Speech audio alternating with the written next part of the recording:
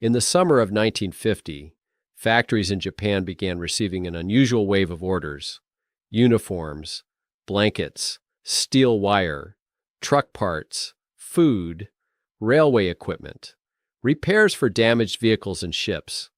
The customer was the United States military. The destination was Korea. Only 5 years earlier, Japan had surrendered after a war that left its cities burned, its empire gone, and its economy starved of raw materials and foreign currency.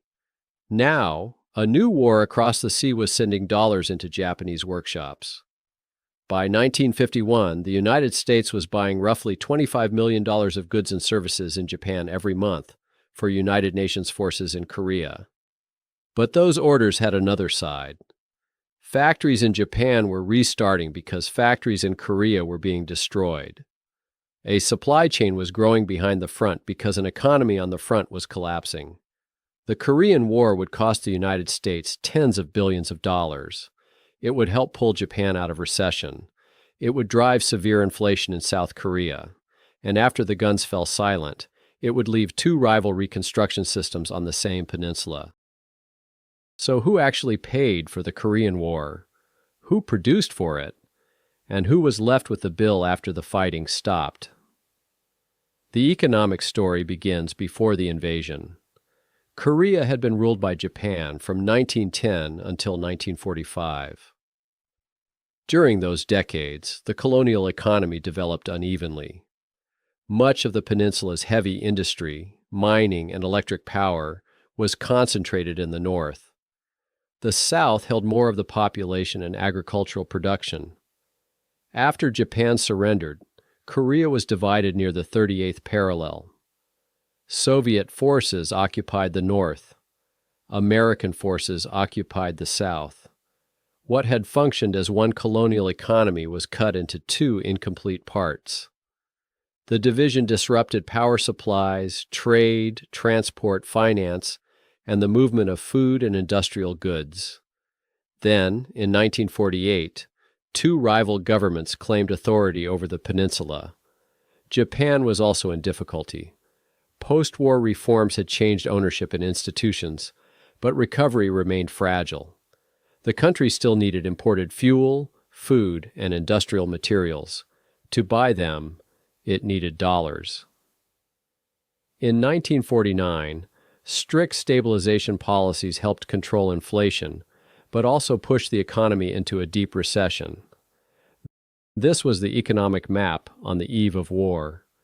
Two Korean states with incomplete economies, and a defeated Japan with idle capacity, but too little external demand. Then, on June 25, 1950, North Korean forces crossed the 38th parallel. The front moved with extraordinary speed. North Korean forces drove south and captured Seoul. United Nations forces held a shrinking perimeter around Busan. Then the landing at Incheon reversed the military momentum. Seoul changed hands again, and UN forces advanced north. Chinese intervention pushed the front south once more. Seoul changed hands again. Then UN forces retook it. For an economy, this movement was disastrous. A factory could be damaged, repaired, requisitioned, abandoned, and damaged again. Railways and bridges were military targets, but they were also the system that moved coal, grain, workers, and manufactured goods. Power stations supplied military facilities and civilian workshops alike. Post-war estimates suggest that roughly 42 to 44% of South Korea's industrial facilities were destroyed. A separate estimate placed the damage to power-generating facilities at around 80%. Housing and railways also suffered extensive destruction. These numbers are not pieces of one total. They describe different categories, but together they reveal the same mechanism. War was destroying the supply of goods and the government's ability to collect taxes at exactly the moment both were most urgently needed. The destruction in North Korea was also immense. Cities, mines, railways, factories, and power facilities were repeatedly attacked. But precise northern totals are difficult to compare. Many came from North Korean post-war claims rather than independently audited accounts. So there is no honest scoreboard showing that one side lost a precise percentage more than the other. There is only a peninsula in which productive capacity, housing, transport, and public finance were all being consumed by war. The United States supplied most of the forces and much of the material used by the United Nations Command. One Congressional Research Service estimate placed the incremental American military cost of the Korean War at about $30 billion in the money of the time. In constant fiscal year 2011 dollars, that was approximately $341 billion. But even this number needs an explanation. It was not calculated by adding every dollar in the Pentagon's budget between 1950 and 1953. Researchers compared wartime defense spending with a trend based on the years before and after the war. The difference became the estimated military cost of Korea. That matters because the war triggered something much larger than a campaign on one peninsula. In fiscal year 1950, the recorded cost of the American armed forces was about $13 billion. In fiscal year 1951, it exceeded $48 billion. In 1952, it exceeded $59 billion. Not every additional dollar went to Korea. The United States expanded its Army, Air Force, Navy, weapons production, bases, research, stockpiles, and military assistance to allies. Europe was rearming through NATO. Aircraft and ships were being ordered for a conflict that American planners feared might become global. In the peak year of 1952, estimated Korean War spending equaled about 4.2% of American gross domestic product. Total defense spending equaled roughly 13.2%. The space between those figures is the wider Cold War mobilization. Korea was the trigger. It was not the destination of every dollar. The United States also tried to finance this war differently from the enormous borrowing of World War II. President Truman called for the rearmament effort to be financed on a pay-as-you-go basis. Congress raised taxes in 1950 and raised them again in 1951. The goal was not simply to collect money. Higher taxes reduced the private purchasing power competing for steel, machinery, labor, and consumer goods. They helped transfer resources from civilian demand toward military production while limiting inflation. In fiscal year 1952, federal internal revenue collections rose by roughly $15 billion over the previous year. The tax authority attributed most of that increase to the legislation passed after the outbreak of war to finance higher defense expenditure. But pay-as-you-go was an objective, not a perfect description. The federal government recorded a surplus in fiscal year 1951. It then returned to a deficit of about $4 billion in 1952, with another deficit estimated for 1953. Taxes helped finance mobilization and restrain civilian demand. They did not make the bill disappear. The fastest way to supply Korea was not always to manufacture an item in the United States and ship it across the Pacific. Japan already had ports, railways, factories, skilled workers, and repair facilities only a short distance from the battlefield. American forces were already stationed there.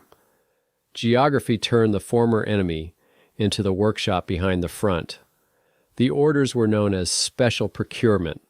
Some were direct military purchases: textiles, steel products, sandbags, vehicles, spare parts, construction materials, and repair services. Other dollar receipts came from soldiers and their families spending money in Japan, employment connected with American bases, and related services. That distinction matters. Japanese government records describe about $1.57 billion in broad special demand between 1950 and 1952. It would be misleading to call all of that weapons orders. The broad category included several kinds of military-related spending. Contracts and payments also moved at different times. In the second half of 1950, Japanese records listed about $191 million in special procurement contracts, but only about $76 million in payments. One represented orders placed. The other represented money actually received. Adding them together would count part of the same business twice. The economic effect was still dramatic. Japan's mining and manufacturing production index rose from 93.6 in June 1950 to 116.7 in December. Commercial exports also increased. Dollar receipts allowed Japanese businesses to import the fuel and raw materials needed to keep producing. This did not mean that war magically created Japan's economic miracle. Japan already possessed industrial knowledge, infrastructure, an educated labor force, occupation-era reforms, and a fixed exchange rate that supported export competitiveness. Later government policy and private investment would matter enormously, but Korean War demand ended a deep recession at a critical moment. It restarted machinery, rebuilt working capital, supplied foreign exchange, and connected Japanese firms to American procurement networks. Japan did not become rich because destruction is productive. It recovered because the destruction was taking place somewhere else, while the orders arrived in Japan. Inside South Korea, the financial mechanism ran in the opposite direction. United Nations forces needed local currency to pay for goods, transport, labor, and services. Under a 1950 agreement, the South Korean government advanced one to American forces, with reimbursement to be settled later. But prices were rising, the exchange rate was deteriorating, and the official conversion rate repeatedly fell behind economic reality. By early 1952, South Korean officials warned that the government was printing 40 billion won per month. A contemporary American record estimated that Korean prices had reached roughly 40 times their 1947 level. The mechanism was brutally simple. War reduced the amount of food, housing, transport, and manufactured goods available. At the same time, military spending and government advances increased the amount of currency trying to buy those goods. More money was chasing a smaller supply. Inflation weakened salaries, savings, taxes, and government planning. It also created a dispute over who should absorb the loss when one were advanced at an unrealistic exchange rate. Relief imports therefore served two purposes. They kept people alive, and by increasing the supply of essential goods, they could also reduce some of the pressure driving prices upward. Aid was not merely a check. It was food arriving at Busan, coal moving by rail, fertilizer reaching farms, machinery entering factories, and local currency being withdrawn or redirected through counterpart funds. When large-scale fighting stopped in July 1953, Korea did not receive one reconstruction plan. It received two competing systems. In the South, the United States Army, American economic agencies, and the United Nations all operated different programs. Contemporary American estimates listed hundreds of millions of dollars per year in relief and reconstruction. The United Nations Korean Reconstruction Agency had an initial approved budget of $250 million, although approved budgets did not always become delivered supplies or completed projects. The priorities were immediate: housing, transport, power, food, fertilizer, public health, and basic consumer industry. South Korea remained dependent on foreign assistance for years. Its later export-led transformation was not an automatic result of the war, but something built after the emergency reconstruction period through new policies, institutions, investment, and political choices. North Korea rebuilt through the socialist bloc. The Soviet Union supplied equipment, technical support, and assistance for heavy industry. China canceled 729 million yuan of North Korean wartime debt and promised an additional grant of 800 million yuan for the years from 1954 through 1957. East Germany and other Eastern European states supported specific cities, factories, hospitals, and infrastructure. These figures cannot be honestly converted into one neat dollar total. Some were grants, some were loans, some canceled earlier debts, some paid for machinery or technicians. Official exchange rates did not necessarily reflect what the resources were worth. For a time, North Korea's emphasis on restoring heavy industry produced rapid visible recovery.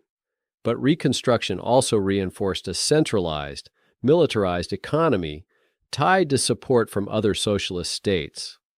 South Korea rebuilt through aid and a market economy that was still heavily managed by the state. North Korea rebuilt through planning and bloc assistance.